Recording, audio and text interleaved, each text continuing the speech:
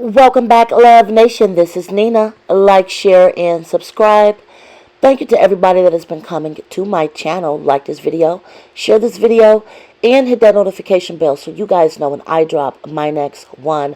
Listen, you guys, we have an update in the Jay Z Diddy SA lawsuit with the Jane Doe. Judge Annalisa Torres just ruled on several dozen motions sent out by Jay Z's lawyer, Alex Spiro. And you guys know that Alex Spiro and Tony Busby, who is the lawyer for Jane Doe, has literally been going back and forth with allegations, litigation, and everything else being dug up online. I wanted to come back and give you guys some facts that just came out in this case. I will be reading this document. It is actually a very short document, but definitely hit straight to the point. So please thumbs up this video as we read through this court update. Thumbs up, and here we go, guys. We are reading through the judge's response to all of the court filings from Alex Spiro, who is Jay Z's lawyer. And again, this document was just put out. I'm going to go ahead and read it. It's very brief. So we'll just read through here right now. So this is in response to the lawsuit. And it reads as follows. Plaintiff Jane Doe filed this action on October 20th, 2024, alleging violations of the New York City Victims of Gender-Motivated Protection Act. By order dated November 6, 2024, the court provisionally granted plaintiff's motion to proceed anonymously, explaining that defendants had yet to appear in this matter and that the balance of interests weighing for or against anonymity may shift as her suit continues.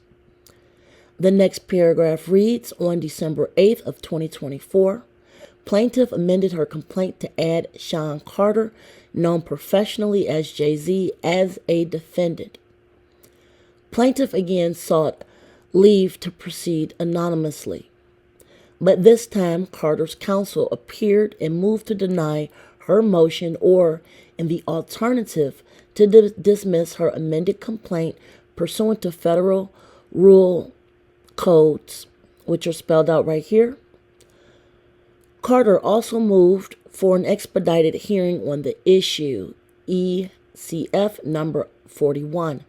The next day, Carter's attorney filed a letter containing a declaration from an associate at his law firm recounting a phone conversation she had with an unnamed woman who claimed that plaintiff's counsel encouraged her to lie about her experience of SA. Carter's lawyer asked the court to consider this additional information in connection with plaintiff's motion to proceed anonymously.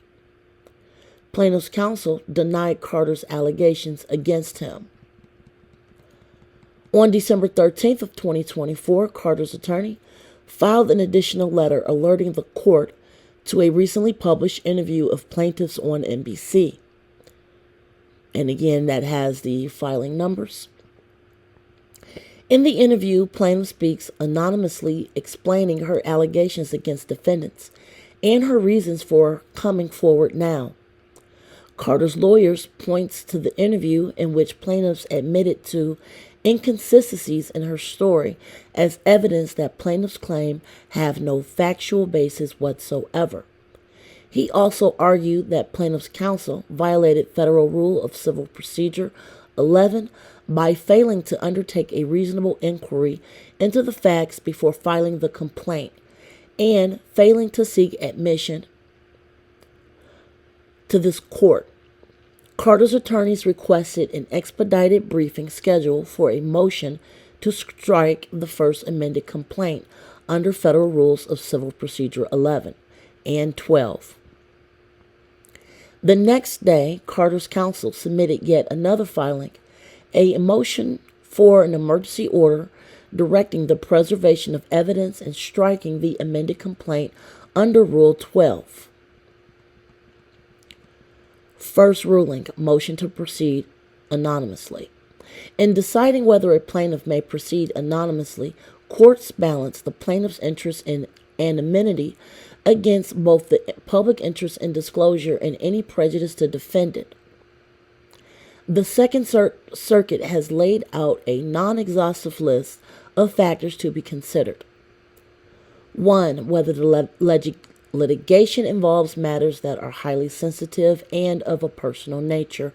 2. Whether identification poses a risk of retaliatory physical or mental harm to the party seeking to proceed anonymously, or even more critically, to innocent non-parties. 3. Whether identification presents other harm and the likely severity of those harms, including whether the injury litigated against would be incurred as a result of the disclosure of the plaintiff's identity. 4. Whether the plaintiff is particularly vulnerable to the possible harms of disclosure, particularly in light of her age. 5. Whether the suit is challenging the actions of the government or that of private parties. 6. Whether the defendant is prejudiced by allowing the plaintiff to press her claims anonymously, whether the nature of that prejudice, if any, differs any particular stage of the litigation, and whether any prejudice can be mitigated by the district court. 7. Whether the plaintiff's identity has thus far been kept confidential. 8. Whether the public's interest in the litigation is furthered by requiring the plaintiff to disclose her identity. 9. Whether, because of the purely legal nature of the issues presented or otherwise, there is a particular weak public interest in knowing the litigant's identity. 10. Whether there are any alternative mechanisms for protecting the confidentiality of the plaintiff. A court is not required to list each of the factors or any use of particular formulation, as long as it is clear that the court balanced the interests at stake in reaching its conclusion. Here, the weight of the factors tips in favor of allowing plaintiff to remain anonymous, at least for this stage of the litigation. Factors 1, 2, 4, and 7 weigh strongly in favor of anonymity. In her amended complaint, plaintiff alleges that defendant's drug, pharmaceuticals, and R-worded her when she was only 13. Courts in this district have recognized that allegations concerning SA are highly sensitive and of an extremely personal nature. Plaintiff is particularly vulnerable to the possible harms of disclosure. According to her amended complaint, she continues to experience depression, post-traumatic stress disorder, and a seizure disorder associated with the stress of her SA. Moreover, plaintiff's counsel asserts that many of his other clients who have filed similar lawsuits against Sean Combs claims to have been threatened by Mr. Combs for their decision to speak out. And finally, although plaintiff sat for an interview with NBC News concerning her case, NBC allowed her to conduct the interview anonymously. Granted, several factors weigh against allowing plaintiff to proceed anonymously. Plaintiff is challenging the actions of private parties, not the government, and given the media attention surrounding the case. The public has a substantial interest in this litigation, separate and apart from its general interest in an accused being able to publicly confront an accuser. Alternative mechanisms may exist to protect confidentiality, namely the redaction and sealing of documents. Most importantly, plaintiff's continued anonymity may cause prejudice to defendants, making it more difficult for them to collect the facts necessary to mount a defense and, as appropriate, challenge plaintiff's credibility. Identifying the most significant form of prejudice to defendants as a discovery disadvantage that plaintiff's anonymity would present. The court does not take such prejudice lightly. Nevertheless, at this exceeding early stage in the case, the factors counseling against disclosure outweigh those that counsel in favor. Requiring the plaintiff to identify herself as the case approached trial. Accordingly, plaintiff's motion to proceed and anonymously is granted.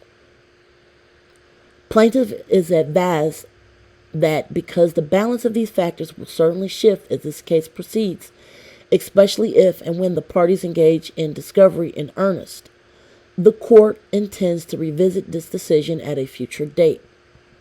Section 2, Remaining Motions. Since Carter's attorney first appeared in this case 17 days ago, he has submitted a litany of letters and motions attempting to impugn the character of plaintiff's lawyer, many of them expounding on the purported urgency of this case, describing plaintiff's counsel as self-promoting and accusing him of extortion,